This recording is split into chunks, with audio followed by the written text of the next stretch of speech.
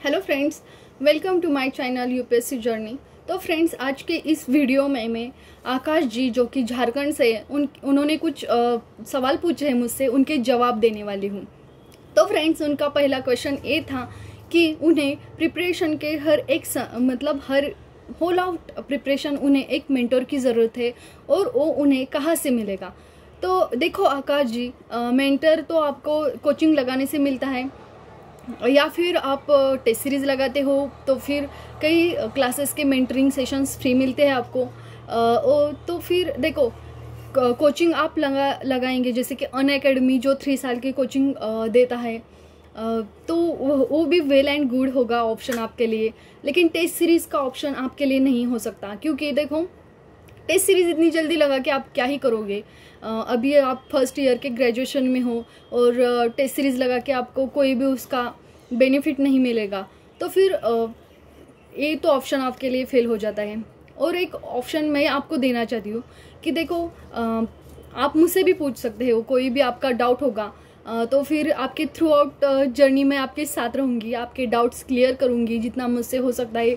आपके सारे सवालों का मैं जवाब देने का बहुत ट्राई करूँगी, क्योंकि मैंने जबकि विजन आईएएस के अभी टेस्ट सीरीज़ लगाए हैं तो उनके मेंटरिंग सेशन मुझे फ्री होते हैं। फॉर एग्ज़ाम्पल, अभी मुझे कुछ समय पहले बहुत परेशानी हो रही थी मेरा डे मैनेज करने में। मुझे समझ में नहीं आ रहा था कि मैं मेरे एक दिन के पढ़ाई में कौन कौन से सब्जेक्ट इंक्लूड करूँ। तो उन्होंने मुझे अच्छी तरह से गाइड किया कि मुझे ऑप्शनल के लिए कितने घंटे देने चाहिए, मुझे जीएस के लिए कितने घंटे देने चाहिए, मुझे करंट अफेयर्स के लिए कितने घंटे पढ़ने चाहिए, और करंट अफेयर्स में भी मुझे द हिंदू पढ़ना ज़रूरी है या नहीं, और मुझे क्या क्या रेफ़र करना चाहिए।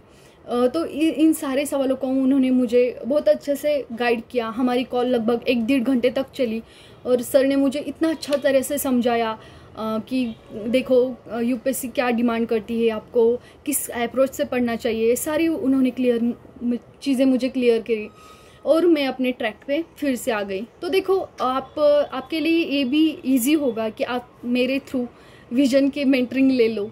मतलब आप मुझसे सवाल पूछो, मैं विजन से सवाल पूछूंगी और आपके क्वेश्चन के जवाब दे दिया करूँगी।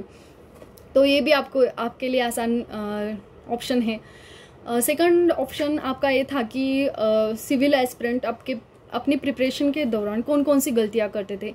तो देखो, स्पेसिफिकली मैं अपने बारे में आपसे बात करूँगी कि मेरे फर्स्ट अटेम्प्ट में मैंने कौन कौन सी मिस्टेक्स की और मुझे वो हिट बैक कैसे हुई। तो देखो, पहली मिस्टेक मेरी बहुत इंपॉर्टेंट वो थी, हर समय देखो पढ़ा नोट्स बनाई। उससे क्या हुआ, एक अनादर बुक मैंने तैयार कर ली। तो देखो, आपको ये अवॉइड करना है कि आपको पढ़ते समय, मतलब फर्स्ट रीडिंग में, सेकंड रीडिंग में या थर्ड रीडिंग में बिल्कुल भी नोट्स नहीं बनानी चाहिए। आप बस पढ़ते जाओ और फिर जब थर्ड रीडिंग आपकी होगी उसके बाद आप रिमेंबर करना कि रिवाइज करने की कोशिश करना कि वो क्या पढ़ा, इसमें इस पॉइंट में क्या था, और जो चीज़ आपके ध्यान में नहीं आ रही उसे आप नोट्स के फॉर्म में लिख लीजिए। और आपके नोट्स भी ऐसे होने चाहिए कि जो आप मेंस में यूज़ कर सको। ऐसी आपके नोट्स की प्रिपरेशन होनी चाहिए। आपको ऐसे नोट्स बनाना चाहिए। और देखो, सेकंड मिस्टेक ये थी मेरी कि मैंने ना एनसीईआरटी पे इतना फोकस नहीं किया कि अरे इतना आसान तो है, इसीलिए मैंने एनसीईआरटी पे इतना फोकस नहीं किया और मैं एक से ज़्यादा रेफरेंस बुक रेफ़र करने लगी। ये भी पढ़ लिया, वो भी पढ़ लिया, अच्छा इस टॉपर ने वो कहा था तो वो भी पढ़ लिया। ऐसे को बिल्कुल भी नहीं करना। आपको एक ही रेफरेंस बुक के स्टिक रहना चाहिए। जैसे कि हिस्ट्री के लिए स्पेक्ट्रम है तो स्पेक्ट्रम ही रेफ़र करना है। देखो, हर एक बुक में वही लिखा होता है, बस लैंग्वेज अलग होती है। तो फिर देखो, मुझे लगता है कि एक ही बुक पे आपको फोकस रखना चाहिए, उसकी ही बार बार रिवीजन करनी चाहिए।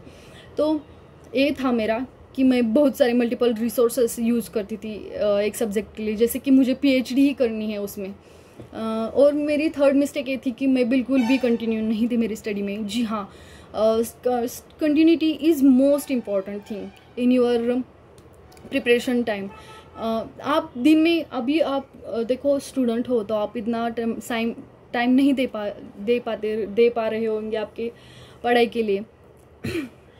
सॉरी।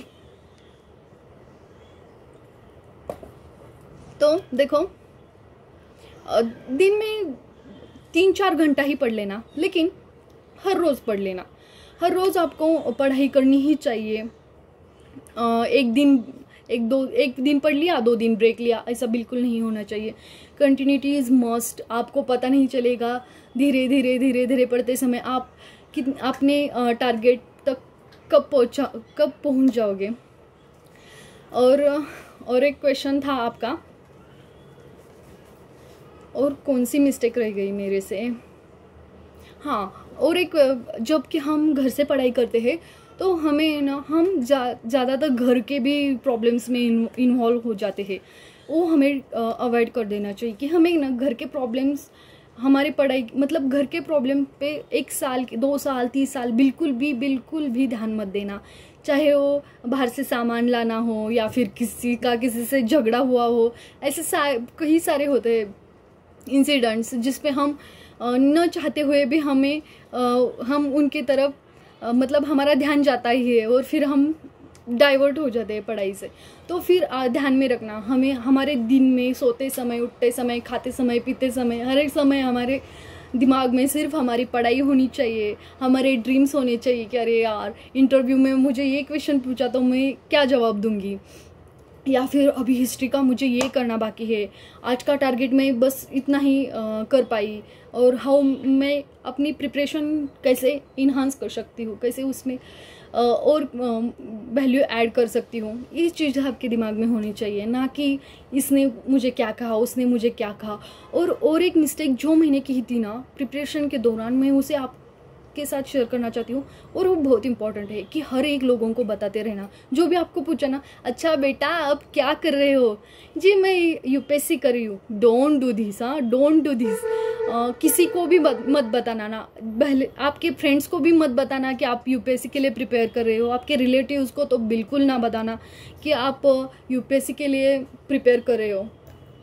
सिर्फ अपनी फैमिली को, अपने पेरेंट्स को और खुद को पता होना चाहिए कि हम क्या कर रहे हैं। क्योंकि लोगों को ना अंदर से भय रहता है कि अरे यार ये हो जाएगा तो क्या करेगा, ये हो जाएगा तो क्या करेगा, ऐसा। तो फिर वो हमेशा कुछ ना कुछ दिमाग में डालते रहते हैं कि अरे बेटा वो तो बहुत ऐसा है, वो तो बहुत वैसा है। उनको तो बिल्कुल कुछ पता ही नहीं रहता, और घर जाके अपने बच्चों को कहते हैं कि देखो वो पढ़ रहा है यूपीएससी के लिए और तुम क्या कर रहे हो। तो फिर किसी को भी नहीं बताना कि आप यूपीएससी के लिए प्रिपेयर कर रहे हो, और अकेले प्रिपेयर करना। जब रिजल्ट मिलेगा उन्हें, तो उन्हें खुद से पता चल जाएगा। ये मिस्टेक्स थी जो मैंने की थी, और मेरा ये सेकंड अटेम्प्ट रहेगा। मेरा फर्स्ट अटेम्प्ट था जो कि मैंने इतनी सीरियसली नहीं दिया था।